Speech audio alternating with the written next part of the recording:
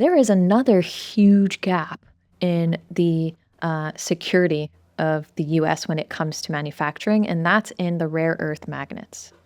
So if you've been reading, I mean, Bloomberg, it's all over Bloomberg. I've seen all the rare earth stuff, but yeah, remind me again what these magnets get used for. So rare earth magnets are essentially just, and particularly permanent magnets, that's the majority of what rare earth magnets are. Permanent magnets are neodymium, high purity iron, and boron.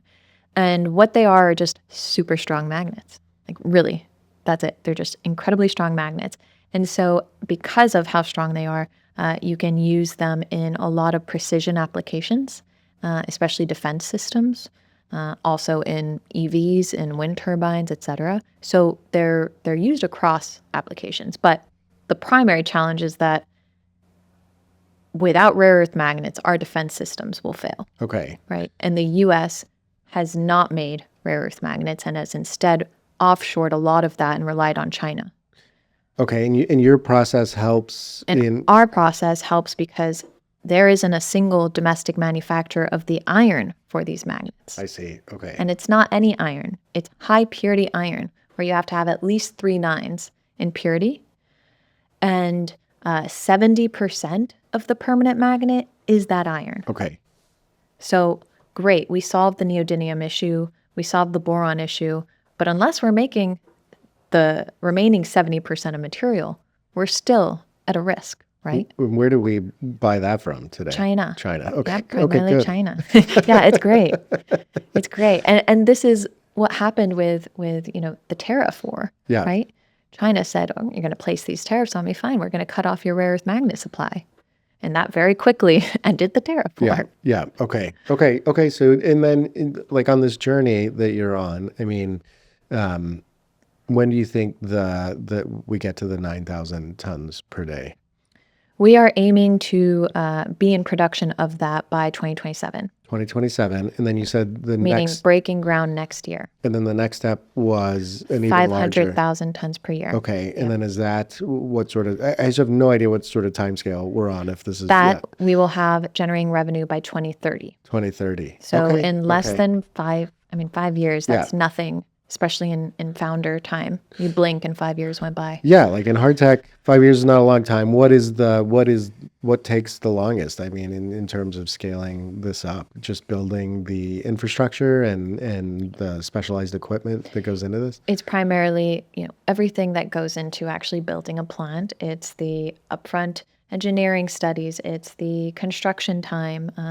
Permitting is part of it, but not a huge lag. But all of that does take time, and then commissioning and getting it online. What's particularly hard for startups in this industry is that to get funding, you need these commercial agreements, these offtake agreements. Typically, investors or financiers want to see a fixed price, but we're in a commodity industry, right? We're in steel, where that's not a typical commercial agreement. So that's another thing that can slow the whole process down. So we're getting ahead of that. We are speaking to our 2030 customers today. And what's interesting is that we're also looking at partnering with an existing incumbent on that first mill. Okay. So what does that look like? That looks like Hertha Metals operating what's called the melt shop, so ore to liquid steel, and our partners taking that liquid steel and converting it to the hot rolled coil or, the stamped electrical steels. How many potential partners are even left these days that you can choose from? It's actually crazy how few primary steel producers, first of all. So primary steel producers mean they're making it from iron ore, and there's just U.S. Steel, which is now Nippon, and Cleveland Cliffs. That's what I thought, right? Yeah. So we truly only have one true domestic steel producer, which is now Cleveland Cliffs. Yeah. But we are also exploring partnerships with secondary producers. Secondary producers are the mini mills that make steel from scrap.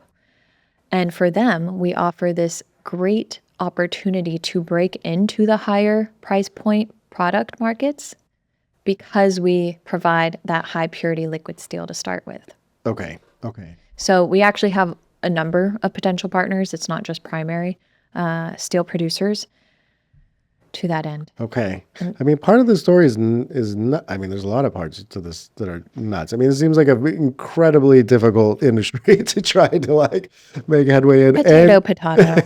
and you're doing it, like a startup going into heavy industry is very, very, very difficult. I'm not going to lie. It's very Yeah. challenging, but the most amazing journey to be on. Yeah. What is your, Because think about the impact when we're successful. well, and I, like, as I was reading about this, I mean, look, when you read about it, all those numbers you cited, I mean, it's, I don't say this in an antagonistic way. There's just like, seems too good to be true. Like the numbers are so dramatic, and then my journalist brain is like full of skepticism and like, it can't be this. And people should be Yeah, skeptics. yeah. This is like, without that skepticism, bets get made on the wrong technologies. And so I actually encourage skepticism and encourage people to take a deeper look, come talk to us and look at why we have these numbers. We have had our economic numbers somewhat validated by other steel producers. So, we'll show it to them. We'll say, what are we getting wrong? What are we getting right? And so we're pretty confident. Like as you make that jump from the 1 ton to 9,000, So like how do you know it will scale? Are there still parts of this process that have to be proven out, or is it? yeah, there's still technical risk. There's no science risk, whatsoever. And we've actually done a great job at front loading a lot of our technical de-risking. So 1 ton per day today, it's around 360 ton per year capacity. We're now going to 9,000 tons per day, 9,300 really, and that's at a 30 ton per day production rate. Two things to note there. Don't let the 1 to 30 scare you. We're not scaling by 30x. In the steel industry, it's scaling based off of surface area, not volume. Okay. And so really what we're scaling is furnace diameter. And between where we are today and this next plant, we're only scaling that by 4x. We've already done 10x scale up steps to get to the 1 ton per day. So we've already experienced what changes as you scale. And so the technical risk is really associated with how are we distributing the gas as we continue to increase that furnace diameter. Okay. And we have a lot of, tricks in the bag that we use, and we do a lot of modeling to try to de-risk that as much as possible, and a lot of experimental testing at our current pilot plant. But nonetheless, it's still a risk. It's a new technology.